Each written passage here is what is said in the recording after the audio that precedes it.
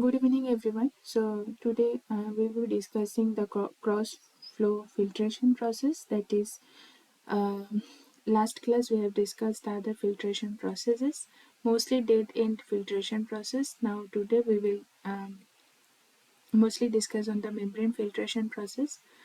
So before starting, I would like to wait for a few minutes more for people to join for live session today.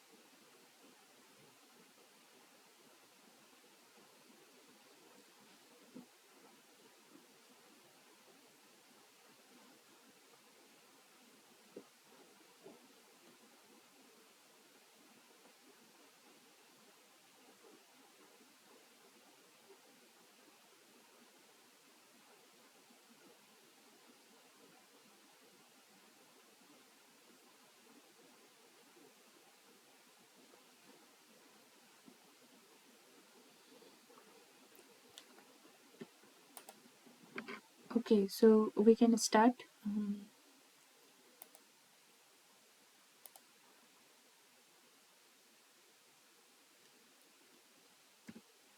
So we will discuss first some fundamental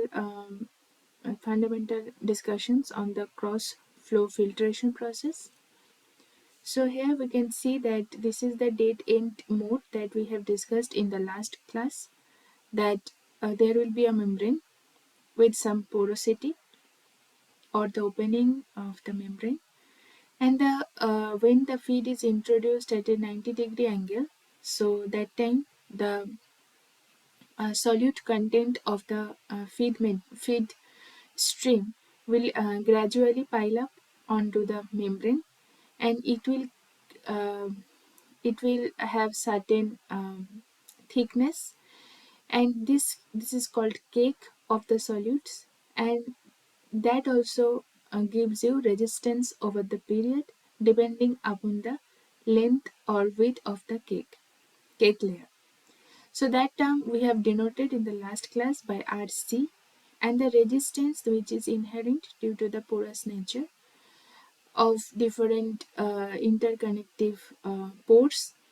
So that is, so in the membrane also there is some significant pressure drop. So that is caused by the resistance. So this resistance is denoted as Rm. So the overall resistance for dead end mode, that will be Rc plus Rm. And we have also discussed that when we introduce the feed at a 90-degree or perpendicular, then we will get permeate at a perpendicular, and also the solids and liquid separates in such way. So here we can see, like, over the period with time, when we see the flux of permeate will gradually drop when this overall resistance will increase, or Rm mostly remains constant if it is not clogged or any kind of issue happens. Over the period, Rc or the cake resistance increases. So with increase in the cake resistance, there will be decrease in the permeate flux. That is, rate of permeate will decrease, and also we will get less permeate over the period. And sometime one situation appears when this membrane will completely be blocked, and there will be no more separation. So in today's class, we will focus on the other mode of the solid liquid separation process or filtration process, that is the cross flow mode filtration, which is also known as tangential flow. Because here the difference is, here the feed is not introduced perpendicular to the membrane, it is introduced tangentially or parallel to the membrane. And what there are so many of advantage of this cross flow mode. We will discuss this and highlight the advantage. So here what happens when the feed is introduced and retentant is collected. So this has retentant has little very less watery portion, or the solvent portion is very less, because we are collecting the permeate at a vertical conditions. So here the main advantage we are getting, that there is no cake layer, because it will be dragged away or it will be washed up over the period, because feed is being introduced here tangentially. So here the graph will be a little bit different. Here you can see that the permeate flux will slowly decrease when there is slowly very thin layer of increase of RC, okay, over the period. So obviously there will be clogging for both of the case, but that's the lifespan of this cross flow mode, of the lifespan of the membrane in the cross flow mode is more or higher than the dead end mode. So let's point out what are the thing we need to remember, that this filtration process we primarily classified by two techniques, that is dead end mode, that is feed is being introduced perpendicular to the filter media or membrane. Another one is the cross flow filtration, where the flow is parallel to the filter media. Now the cross flow filtration is, in this case, the feed material allowed to flow parallelly to the membrane while the pressure gradient across the membrane exists. So there will be pressure gradient in across the membrane, but feed will be flowing parallel to the membrane. Now the primary advantage of the cross flow filtration is that it allows the solid to be kept in suspension and minimizes the buildup of filter cake to plug or foul the membrane surface. Thus the cross flow, it allows lower resistance over the time, and it also gives lower resistance to the fluid flow through the membrane. So now cross-flow microfiltrations or ultrafiltrations, it depends on the pore size of the filter medium. This suppose the solute, that the separation efficiency also depends on the pore size of the filter medium. So that we can define that the membrane that we are using for ultrafiltration or microfiltration, so that is being defined as a barrier. That is not, it is not necessarily to be solid membrane. There are membranes which is as a liquid phase also. So basically their work is to separate the two phases as a selective wall to the mass transfer, and making the separation of the component in a mixture possible. Now here this is the typical schematic of mixed membrane, that you can see that this is the two-phase system, that it is separating the phases. So here the phase 1, this has two mixtures, while in the permeate there will be little bit of uh, here the driving force is the pressure difference, and here you can see there are permeate, or if this is water molecules, so water molecules are passed through the membrane, and the solid particles will be piled up over the membrane. Or if it is not perpendicular, if it is tangential, it will wash off over the period.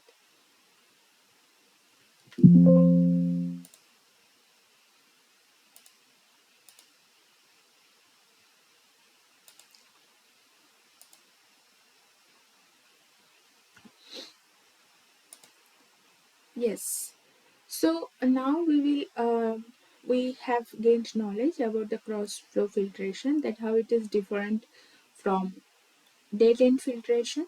So what are the applications, major applications for cross flow filtration? That one is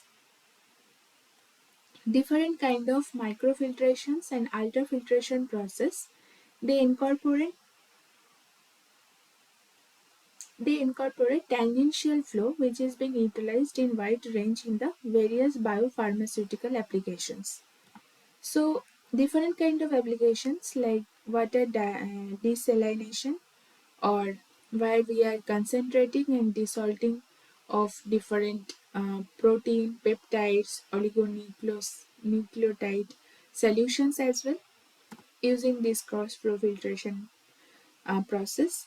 Also purification and recovery of the antibiotics and recombinant proteins, different vaccines and conjugate concentrations and filtration, fractionation of different protein mixtures, blood plasma fractionation and its purification, cell broth clarification, concentration of the cell broth, cell culture perfusion such as monoclonal antibody production. So that, and also clarification of fermentation broths, concentration and washing of bacterial cell, water and buffer purification.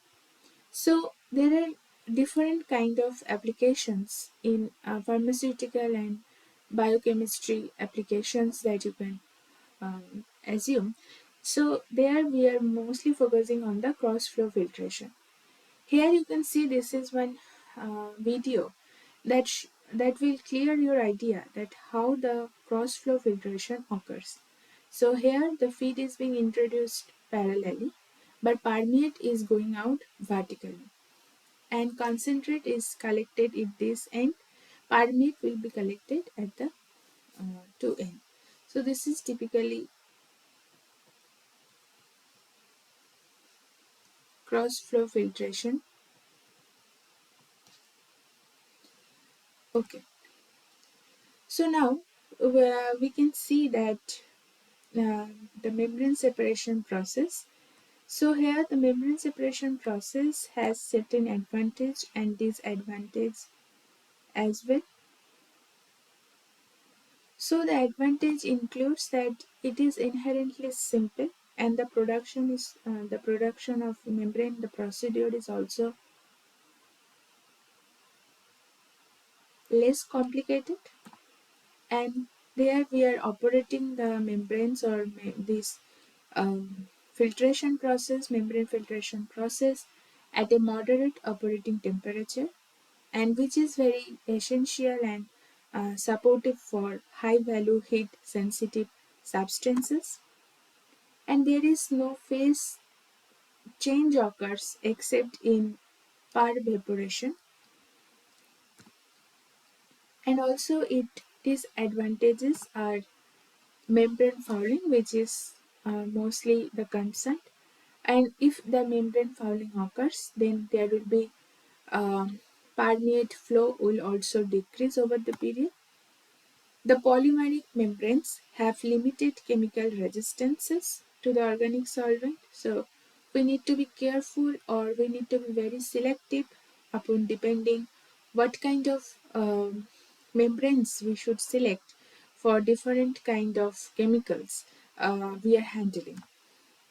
And a higher degree of separation may not be possible if there are so many of mixture of solute, so that will be very critical case. So depending on this disadvantage, you can see in this picture that there are different modules of membrane. flat sheath membrane, or a spiral wound membrane. So over the period, there are a lot of clogging, and the membranes are completely affected over the period by the solute clogging inside the membrane. You can see. So we can say that when there is the relation over the time, so there will be membrane performance will decrease, whereas this is suppose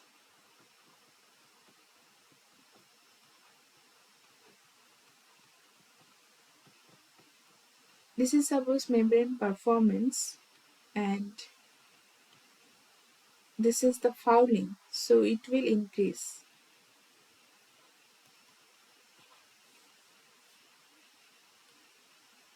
I guess this is quite simple, so you will know that how it occurs. Now the next part, uh, we are going to discuss about the classifications of the membrane process. So depending upon the other kind of processes, every chemical process it needs some driving force, like, so what is the driving force when we are dealing with the porous structure of the membrane? And we are also going to separate gas and liquid and solid mixtures. So there needs to be different kind of driving force to accomplish that chemical operation. So the different forces of this mass transfer includes like pressure difference, concentration difference, thermal difference, and also electrical potential difference. So depending upon the category of variation of the membrane process, there is pressure difference. So there will be microfiltration, ultrafiltration, nanofiltration, reverse osmosis. If the basis is concentration gradient, there will be different varieties like pervaporation, vapor permeation, dialysis, diffusion dialysis. Thermal gradient based is thermo osmosis, membrane distillation, and electric potential gradient is electrodialysis,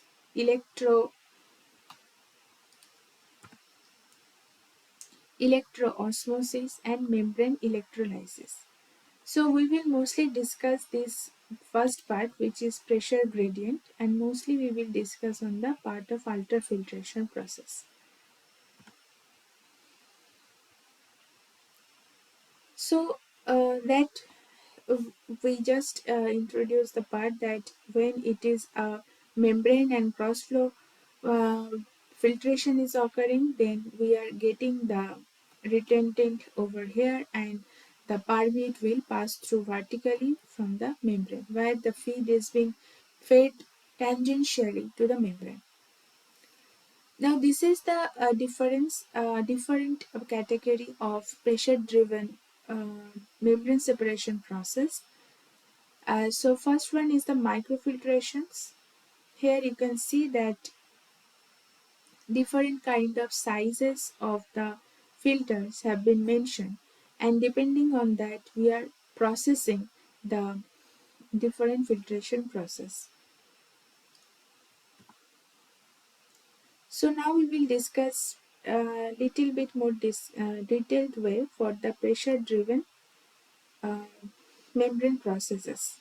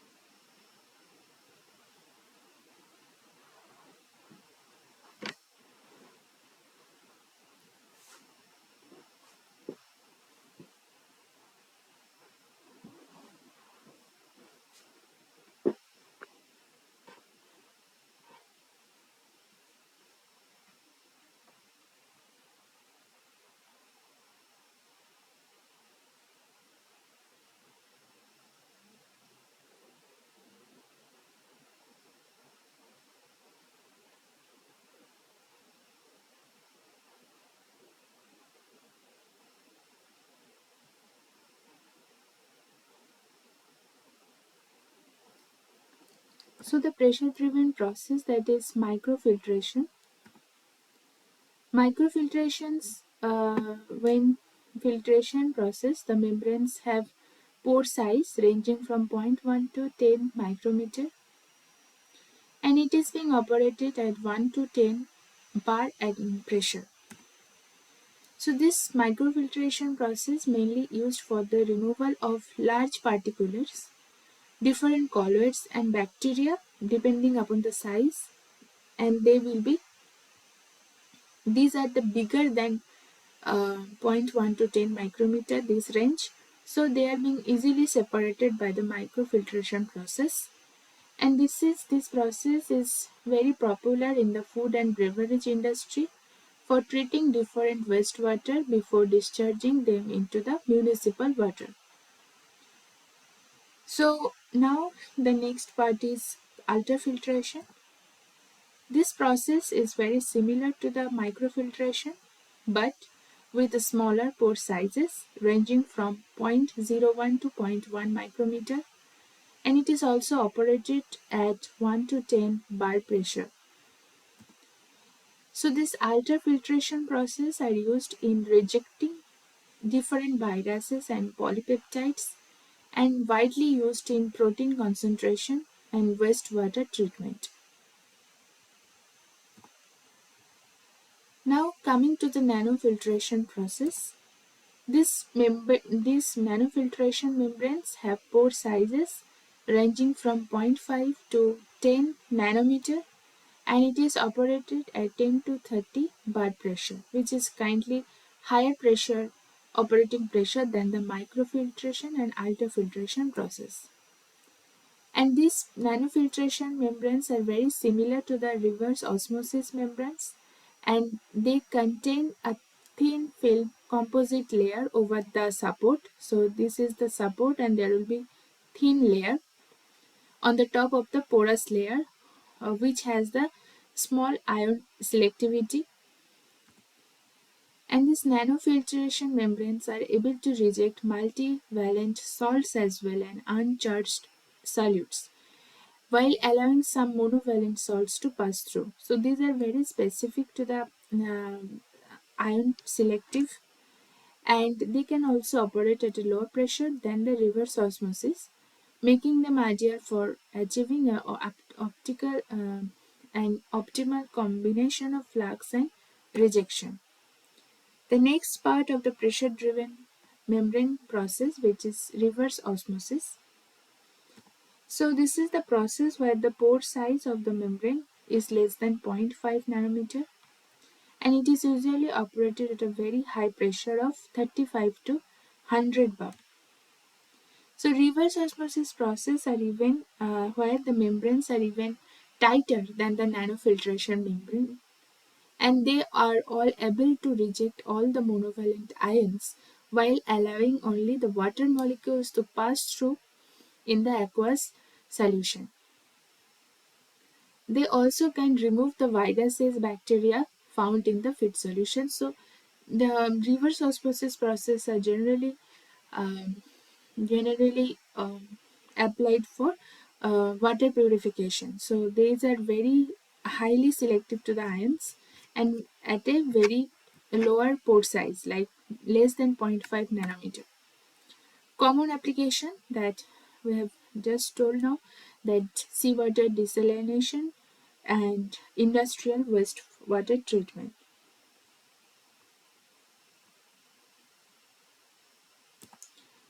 So it is important to note that since the operating pressure of the reverse osmosis and the nanofiltrations are much bigger or higher than the pressure applied for the microfiltration and ultrafiltration, the overall yield is relatively lower than the microfiltration and uh, ultrafiltration process. The overall yield is lower because we are applying very high pressure.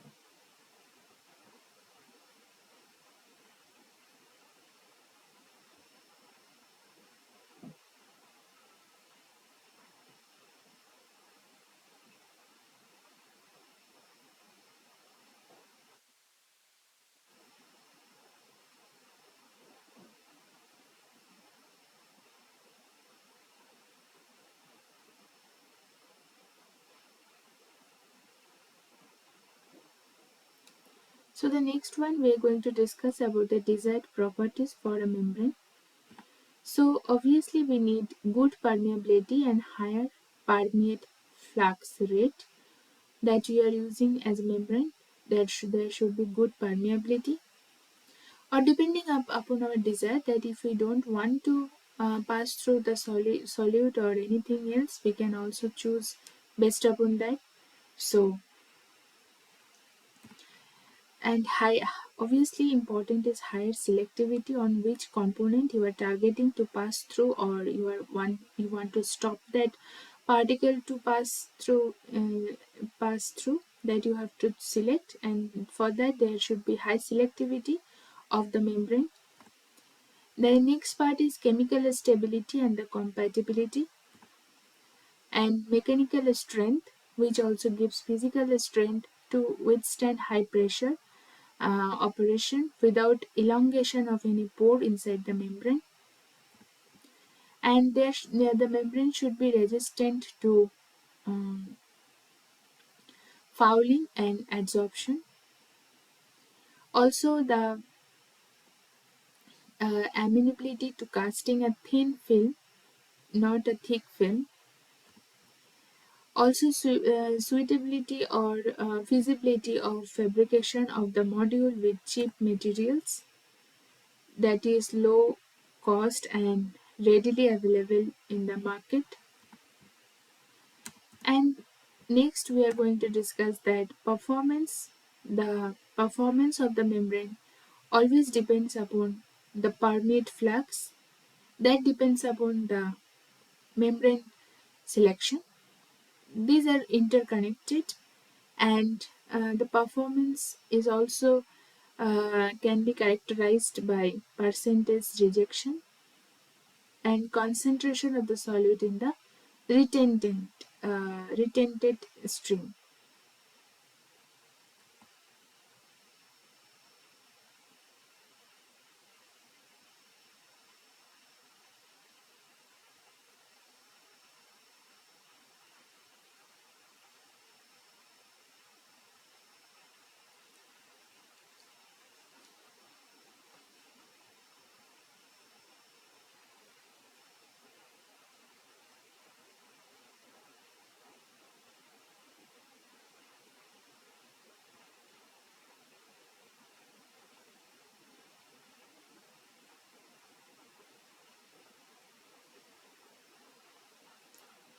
So we are going to discuss about the membrane structures. So membranes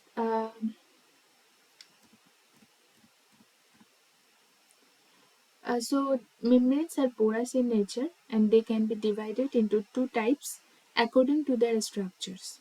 One is microporous membrane and another one is asymmetric membranes.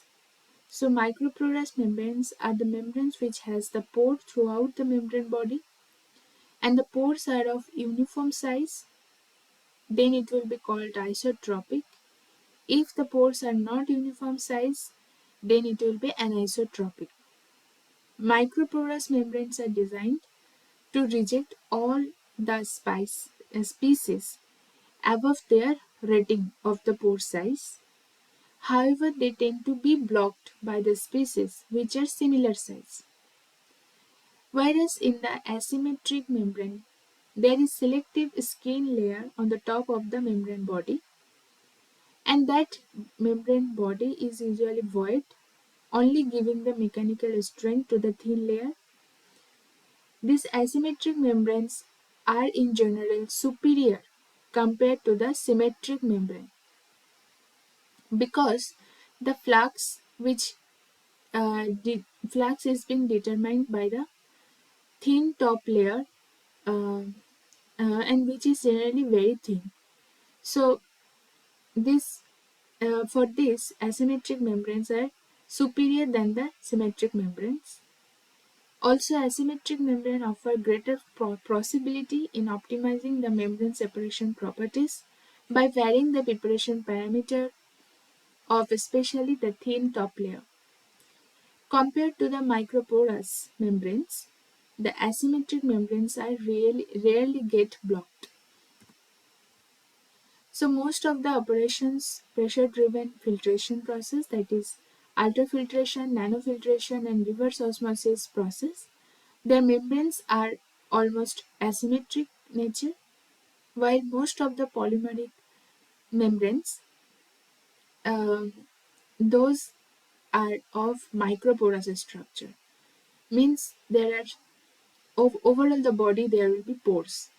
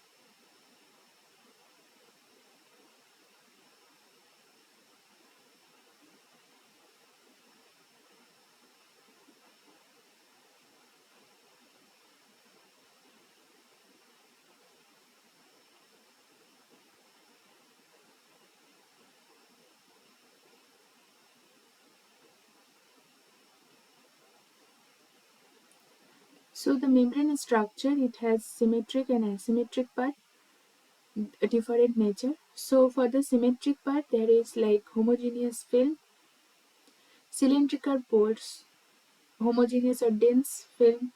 There are cylindrical pores. There are sponge-like porous structure. So these are symmetric. All over the body, there are membranes. Membrane pores are there. In the asymmetric part, what integral asymmetric, where the porous skin layer is there.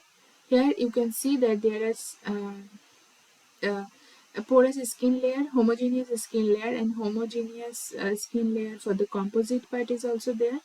So depending upon the structure that you are taking, there will be distribution of the pore inside the membranes are quite different. So you can see this is the same images for the different membranes. For the porous membrane, you can see that this is the support and this is the intermediate layer and top layer. Dense is completely dense. There is porosity is there is no visible asymmetric part here. Where the asymmetric here, this is the thin top layer and this one the base, and symmetric part is it is all over the body, there is pores.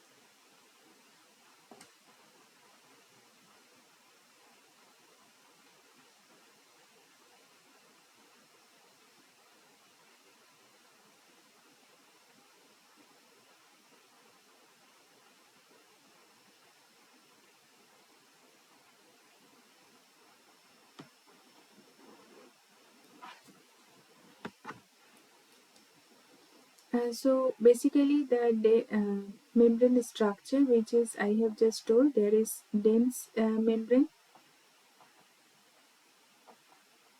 From that dense membrane there are different parts like isotropic, that can be asymmetric,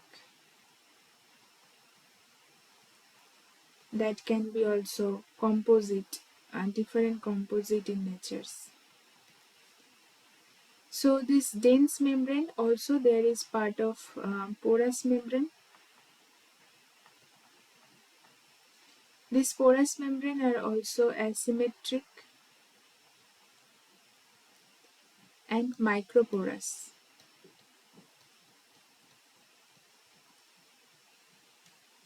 So dense membrane, what it feels like, no pores present in the physical sense, but it will a thin film that will allow the selective passage of one or more component. And here the diffusion is happening through the interconnected molecular space and free volume within the membrane. When the asymmetric membrane, it counts like it is a thin, dense or non-porous per selective layer on the porous substructure that I have shown in the same image, and the dense layer allows the selective permeation through the layer, and it allows the very high permeate flux.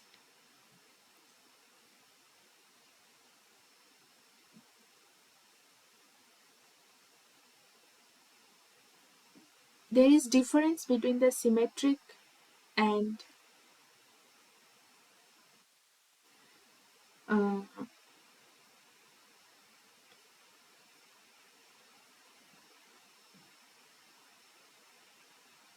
isotropic membrane. Symmetric membranes are mostly conventional filters, that is functionally similar also to the microporous membrane, and but there are some difference in the pore size and thickness. This microporous membranes separate very fine particles and even dissolved in the solutes. And these microporous membranes are used for the ultrafiltration process.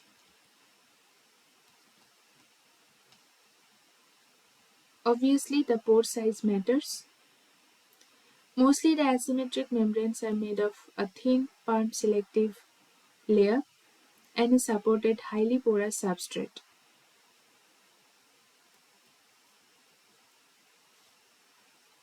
This is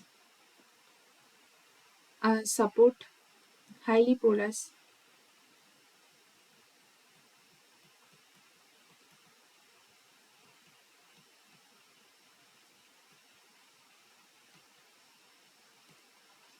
and there will be a thin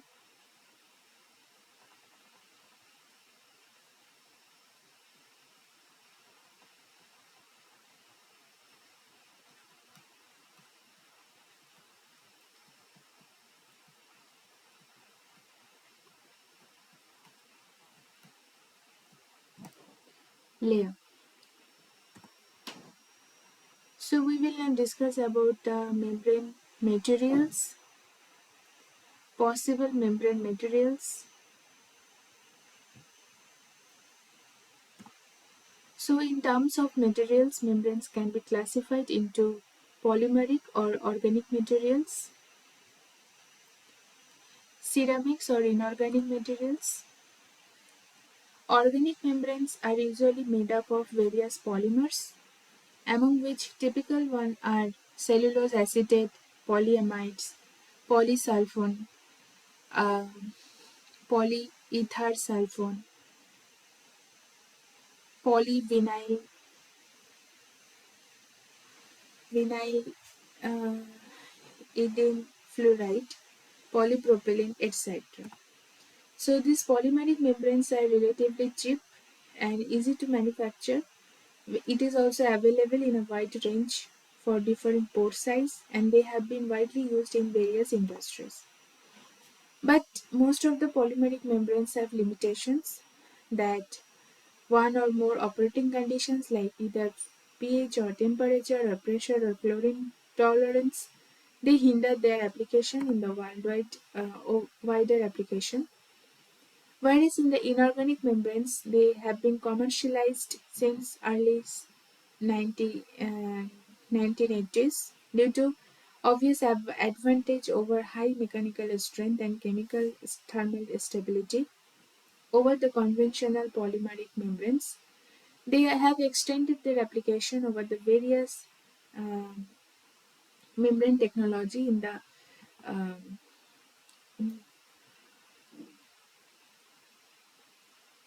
different field.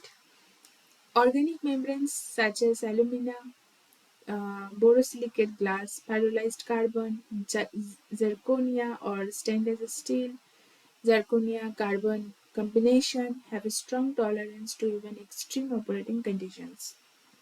For instances, they have wide limitations, a wide limit for temperature, pressure, pH, and have extended their lifetime over the period.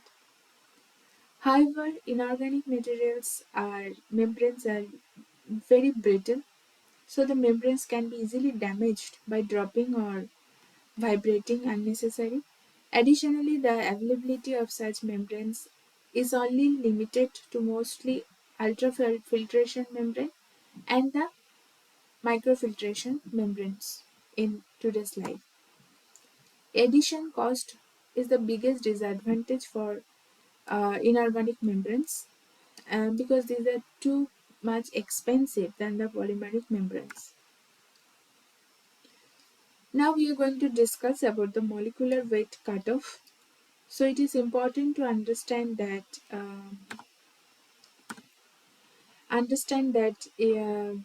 pore size and rejection capabilities of the membranes. So when we are dealing with membrane filtration process, it is becoming a very important term, that is molecular weight cutoff. So this molecular weight cutoff or the nominal molecular weight cutoff is defined as the minimum molecular weight of the solute, that is 90% retained by the membrane. So this is determined by evaluating the retention of the membrane for components of different molecular weight. So we are varying the molecular weight and we are checking that we are varying the molecular weight and we are checking what is the retention percentage for a membrane. So we have seen that the retention, so we are getting a curve. This is the real membrane curve.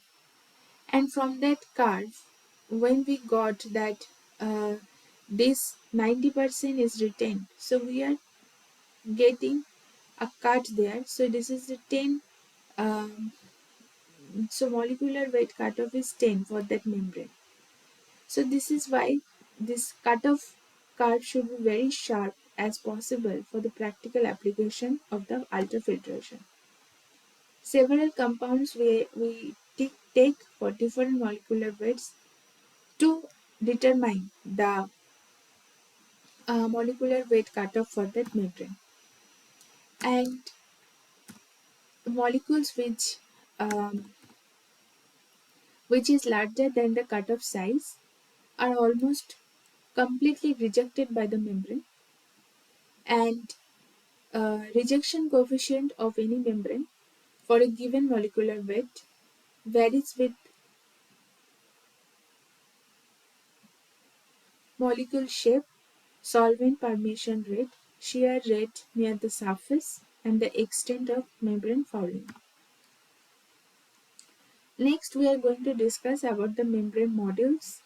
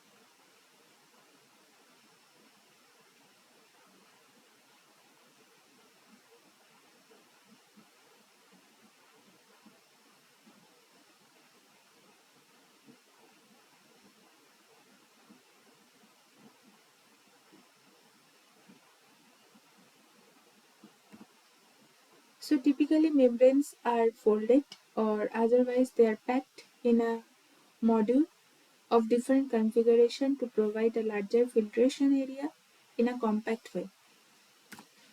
So commonly used membranes modules include tubular modules, hollow fiber modules, flat sheet modules, and spirally wound modules. First, we are going to discuss about the tubular modules. So, tubular modules are composed of a number of membrane tubes assembled in a shell tube arrangement. You can see this is the shell, and these are the number of tubes are arranged inside the shell. And the membrane tubes are usually made up of porous fabric or plastic support with selective membranes on the inside. The internal diameter of the tube generally range from 5 to 25 mm, and the tube length is 0.6 to 6 meter. So these tubular modules have some important characteristics that you want to remember, that due to their large internal diameter, tubular modules are capable of dealing with feed stream which is containing fairly large particles. Furthermore, they are easily cleaned by using either mechanical or chemical cleaning methods. They need large pumping capacity because they are usually operated under turbulent flow conditions with Reynolds number greater than 10 to the power 3, 10 to the power 4. So they have the lowest surface area to volume ratio among all other 4 categories that I have mentioned here.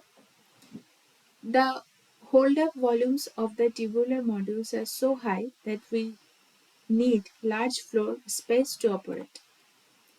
They can be used at very high feed rate, which contributes to reducing the membrane fouling because there will be less contact time for the membranes with the solute. So these tubular module units are actually limited to ultrafiltration process, and although high operating cost or high energy consumption of these units, the good resistance to the membrane fouling, which is due to the good hydrodynamic properties of the fluid of in of the tubular structure, has been outbalanced its advantage. So you can see this is the pictures of the tubular module. Different tubes are being arranged in a shell structure. So this inside the tubes there are membranes, and these membranes are ultrafiltration membranes. Next one we are going to discuss about hollow fiber module.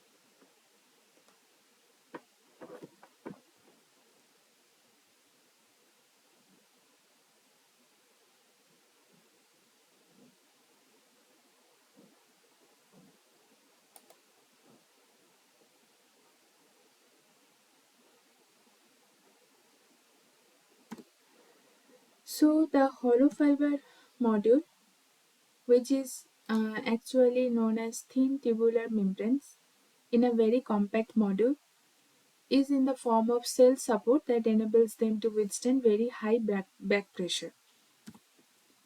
Normally, the hollow fiber modules are composed of 50 to 3000 individual hollow fibers, which are bundled together and sealed together on each end with epoxy in a hydraulically symmetric housing. The fibers' diameter typically range from 0.2 to 3 millimeter. The fiber length range from 18 to 120 centimeter. In microfiltration and ultrafiltration process, the hollow fiber modules are operated in the inside-out mode with selective skin layers on the inner side of the fibers, and while in RO, they are operated in the outside-in mode with selective skin layer on the both sides of the fiber. So these two types of the hollow fiber membrane module I will show you in the next slide. So hollow fiber modules have some very different characteristics from the tubular modules. First one, they are recommended to operate with Reynolds number in the ranging from 500 to 3000. Therefore, most of them are operating in a laminar flow region. Additionally, pressure rating of the hollow fiber membrane is very low, normally at a range of 2.5 bar. Due to the combination of low cross flow rate and low pressure drop, hollow fiber membranes are one of the more economical modules in terms of the energy consumption. Hollow fiber modules have the highest surface to volume ratio among all the four membrane configurations, and their hold-up volumes are low. Because the fibers are self-supported here, the hollow fiber modules have good backwash capacity and hence they are very easy to clean. But one disadvantage it has, like their thin fibers are susceptible to be blocked by the feed solute if it has very larger particle size when they are operated in the inside out mode. Therefore, the pretreatment is necessary to reduce the particle size to 100 micrometer. That is very required for the hollow fiber module. So this is the typical schematic of this hollow fiber module. This is the shell and there are some fibers inside that. Tube sheets are there. So here the hollow fibers look like this. We have talked about two different configurations for hollow fiber membrane. One is inside out flow mode. That is, the feed is being introduced into the hollow fiber itself and the fluids are collected outside the fiber. That is, the fiber is open-ended. But when it is outside in flow mode, the feed is pumped into the outer envelope that is surrounding the fibers and the permeate is collected from the end of the fibers. End of the fibers it is collected. So this is also known as shell side feed and this is the tube side feed, you can say.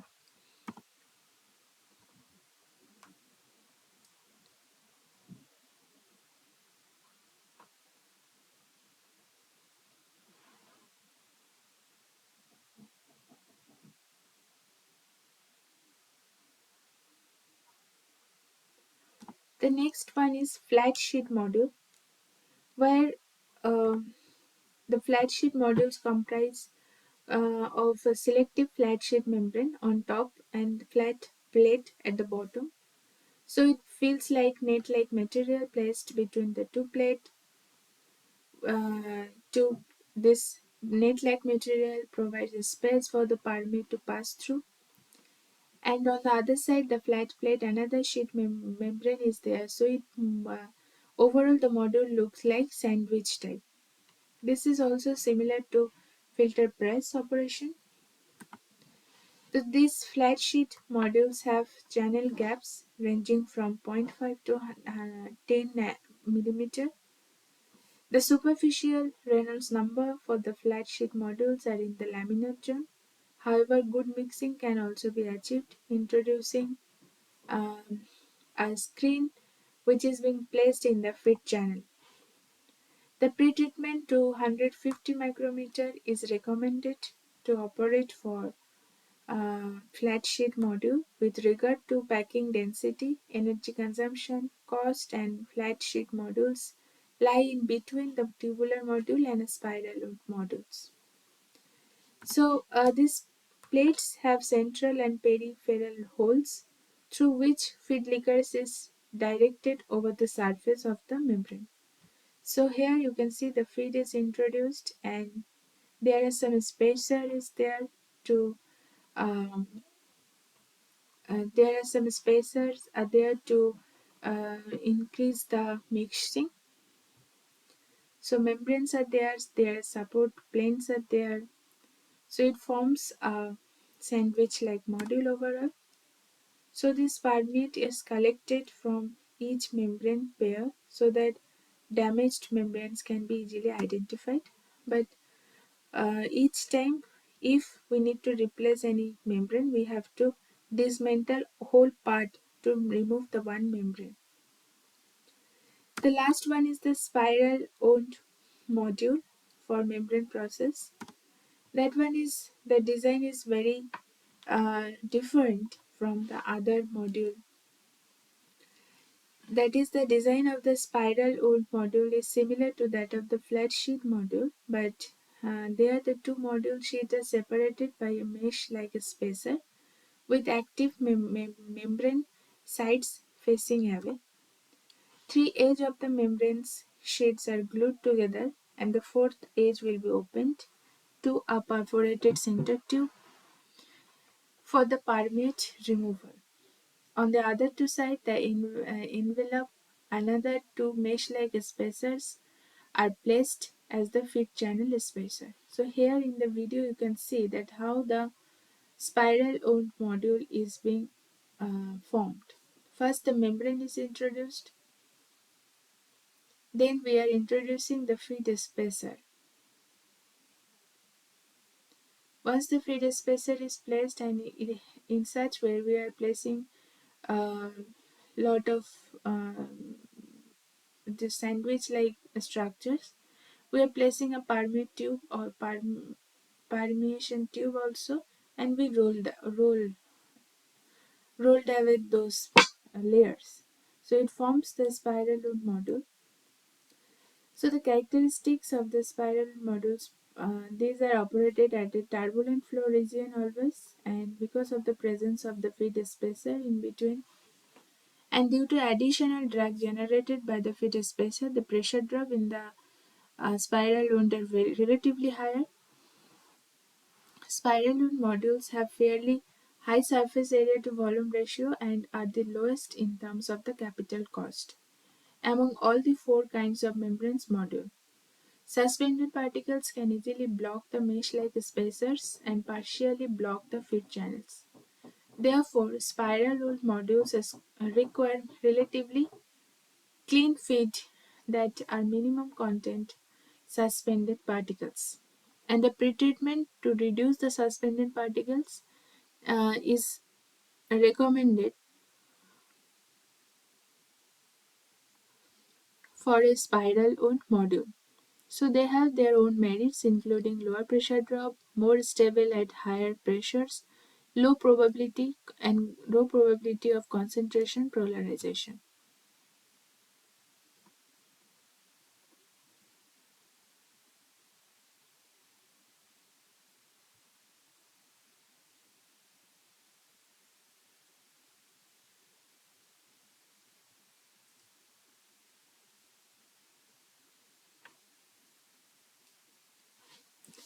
So we are now going to derive the equation for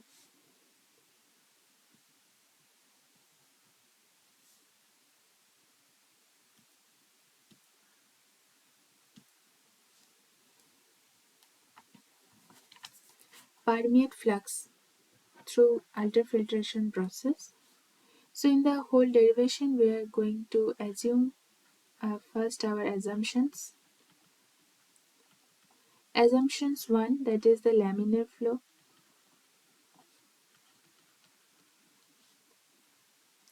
through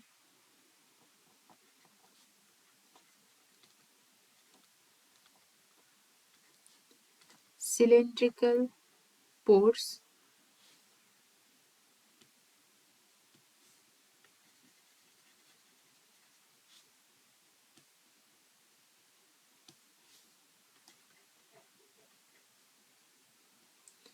of membrane, and the driving force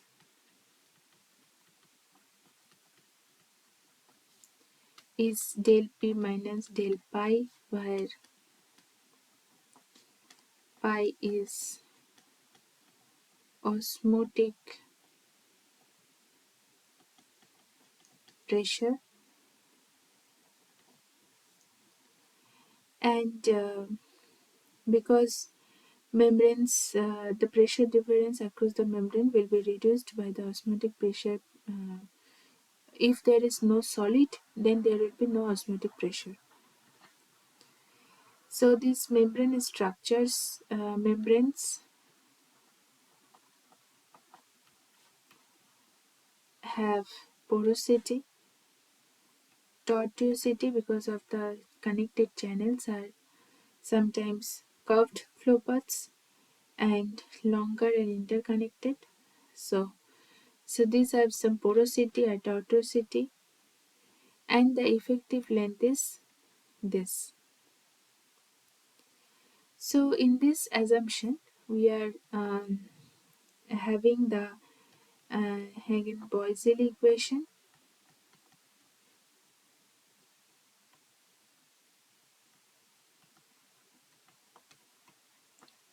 So it includes that for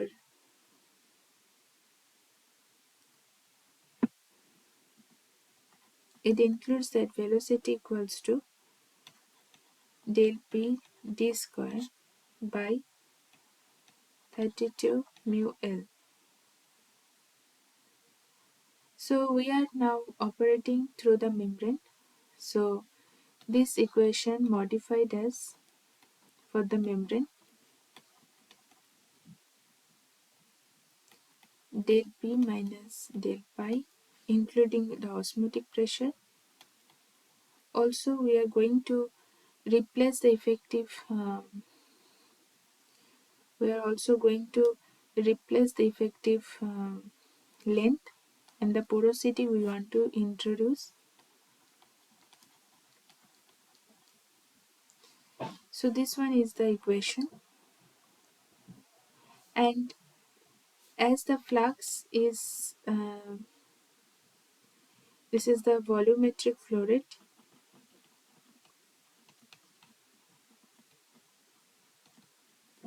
per total membrane area.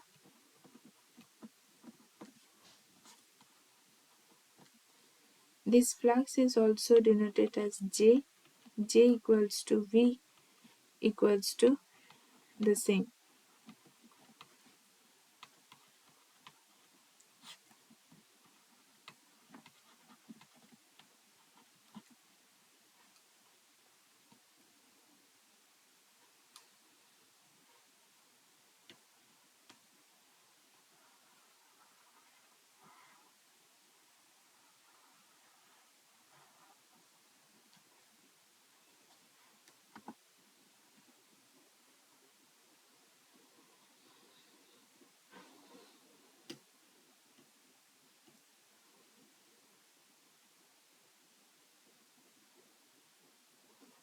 Now we know that any kind of membrane permeability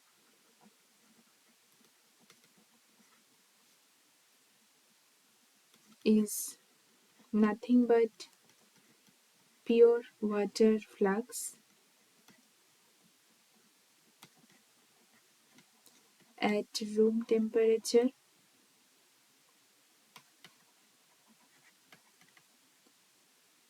and unit pressure drop.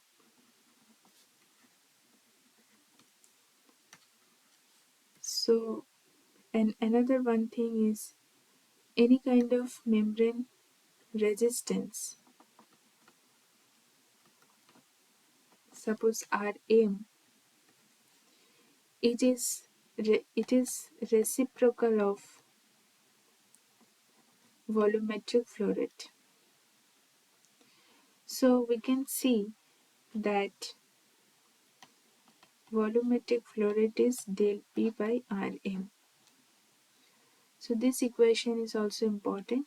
You will get to know that membrane resistance if you know the flux and the pressure drop. So this is the membrane one, and for general equation for um, general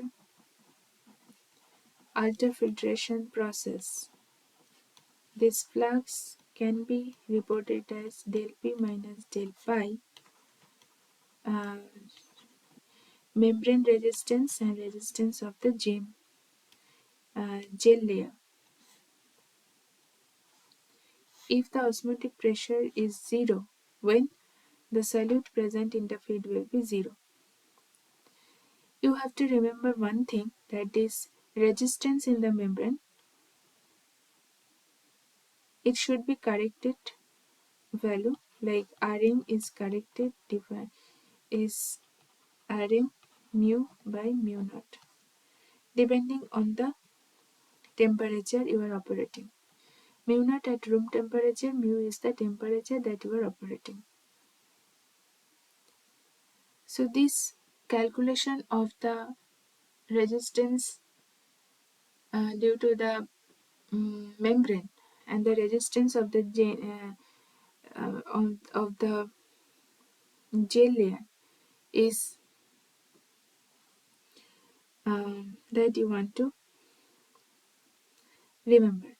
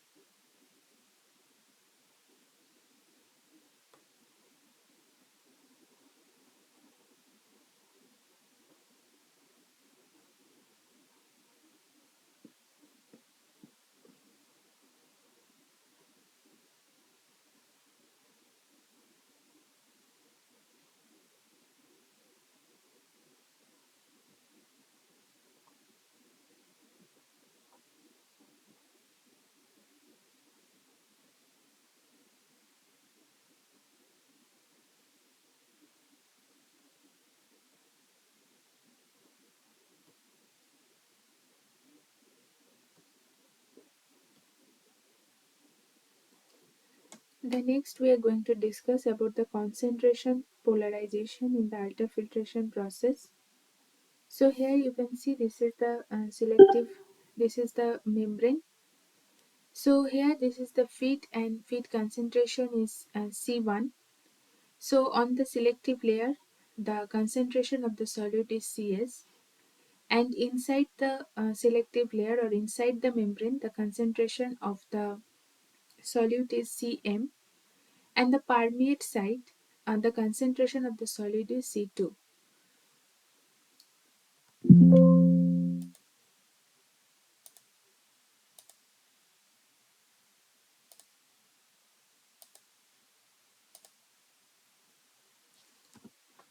So here we want to derive that what will be the case for the ultrafiltration process. So uh, in case of the ultrafiltration process,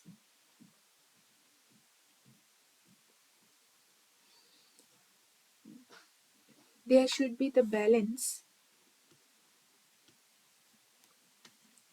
when you do the balancing, you will get that flux of the solute due to convection and diffusion is constant in the boundary layer. So the flux of the solute due to convection is Vc, and due to diffusion, diffusivity constant into dc by dx. That will be equals to the flux of the solute in the permeate site, which is C2. So in these equations, there are boundary conditions that we want to apply. The boundary conditions are when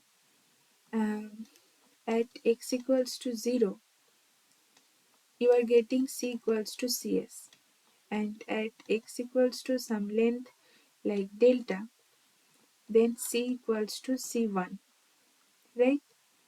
So when you solve this above equation, equation 1, so you are getting C minus C2 equals to minus dV dc by dx. Now you solve this one.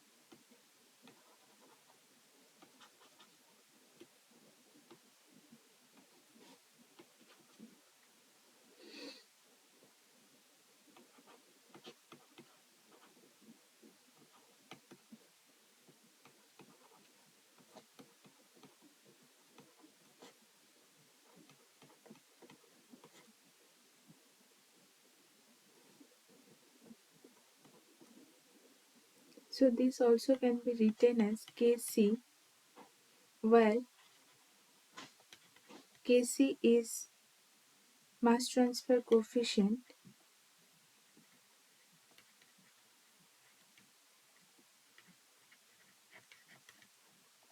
and Kc equals to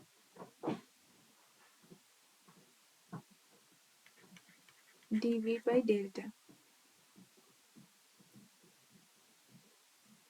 So in the this is the derivation for. So here when the solute in the permeate is 0, when C2 equals to 0, what would be the case?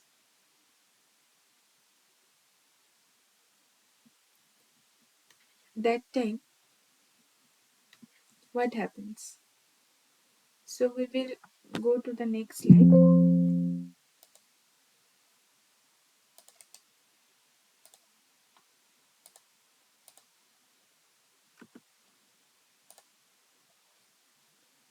So when C2 equals to 0, then that equation becomes ln of Cs C2 C1 C2 by Kc. It becomes ln of Cs by C1 Kc.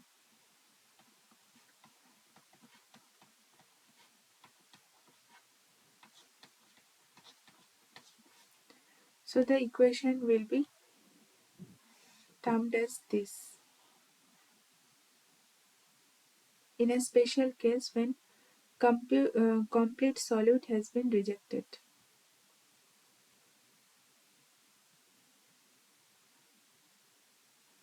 So for a membrane, for ultrafiltration, we can overall write this V is nothing but pressure drop and more pressure drop due to the osmotic pressure and the resistance of the membrane and resistance due to the gel.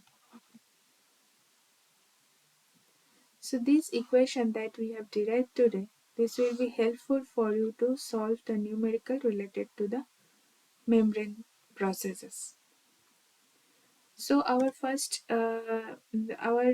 last question for this today's session, we are going to solve this equation. This question, it is given that the concentration of the suspension having spherical particles of 9 micrometer is being done using a membrane process. Permeate flux is given and the pressure drop is given. Under the same conditions, the pure water flux is 250. You have to calculate the resistance of the membrane and resistance of the gel layer given the porosity and viscosity of the system. So I hope this question is very clear to you, and this has very simple calculation using the equation that I have derived just now.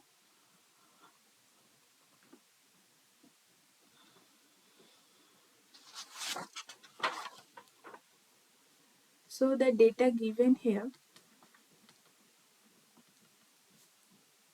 that dP is 9 micrometer, the flux, permeate flux is 120 liter per meter square, pressure drop is 2 atmosphere,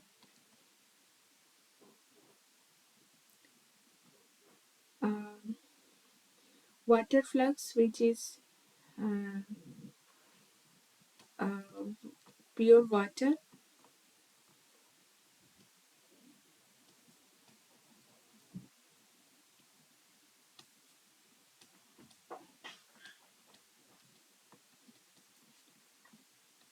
that is 250, and porosity is given 0.8 cp. You have to calculate what is the resistance of the membrane and what is the resistance of the gel.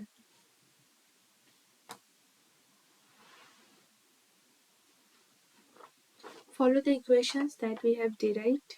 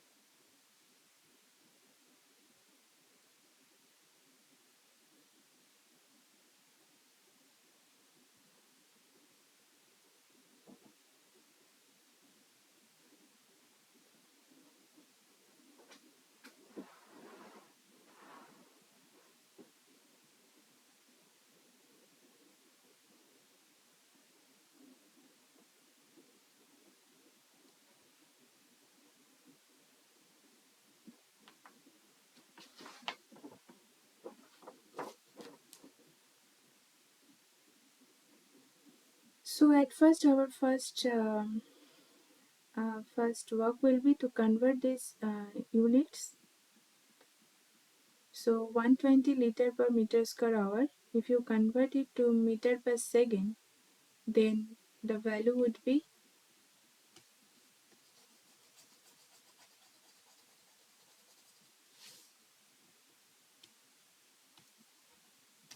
120 10 to the power minus 3 meter cube, 60 into 60, it will be meter per second.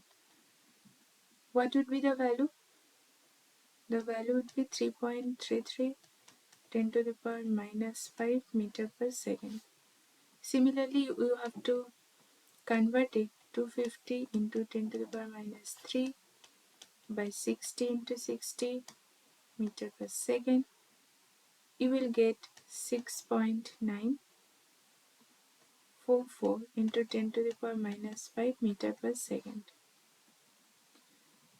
This atmospheric pressure also, you just convert it to Pascal, 2 into 1.0613 into 10 to the power 5 Pascal, which is 2.1226 into 10 to the power 5 Pascal.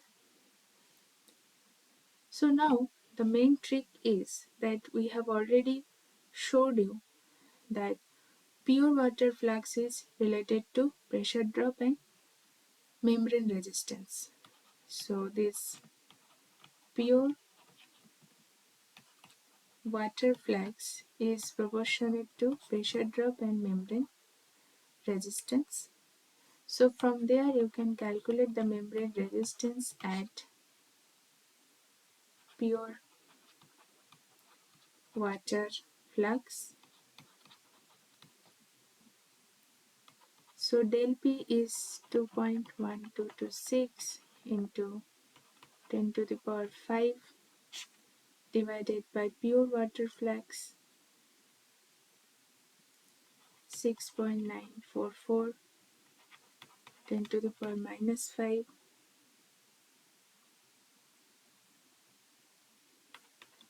which is around 3.0567 10 to the power 9 meter inverse.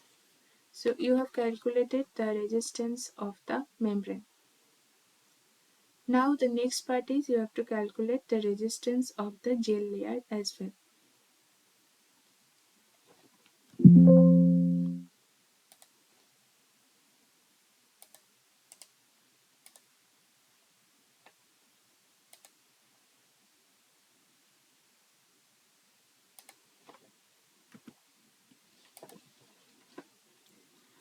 For resistance of the gel layer for an ultrafiltration process, this flux is equals to del P minus del pi depend by Rm plus R gel.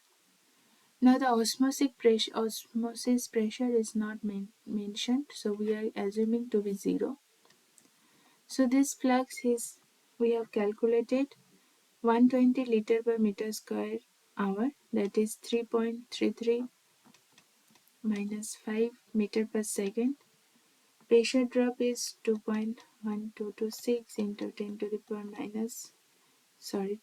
power 5 divided by 3.0567 10 to the power 9 plus resistance for the gel. And if you solve this equation, you will get 3.3174 into 10 to the power 9 meter inverse.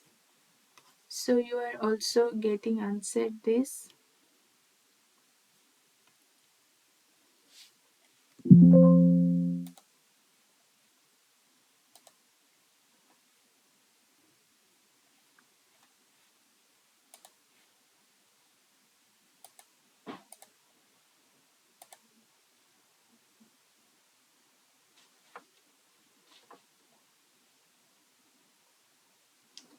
So we have solved the most important numerical here that covers most of the equation that we have derived, and this is what for today's class.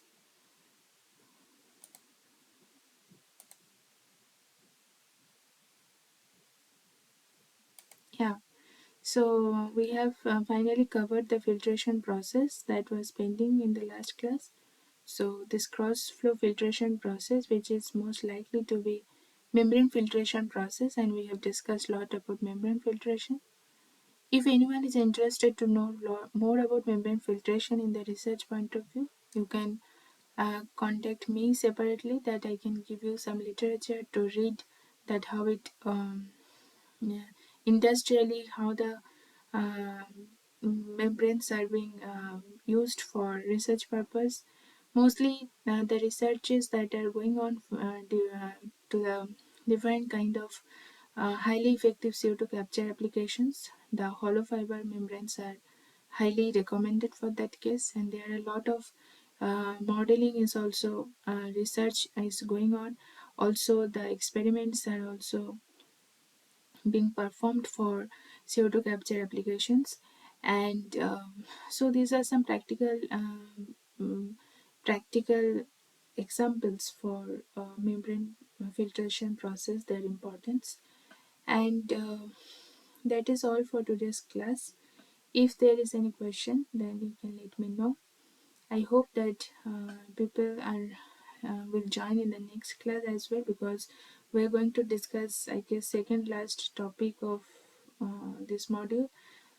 I hope this is like next one is gravitational sedimentation process. We will discuss in the next class. So if there is any question, then you can let me know. I hope that the problem that we have solved in today's class, that will help you to solve your assignment in the NPTEL course. That's it. Thank you for today. I am ending this live session here. We will meet in the next session. Thank you.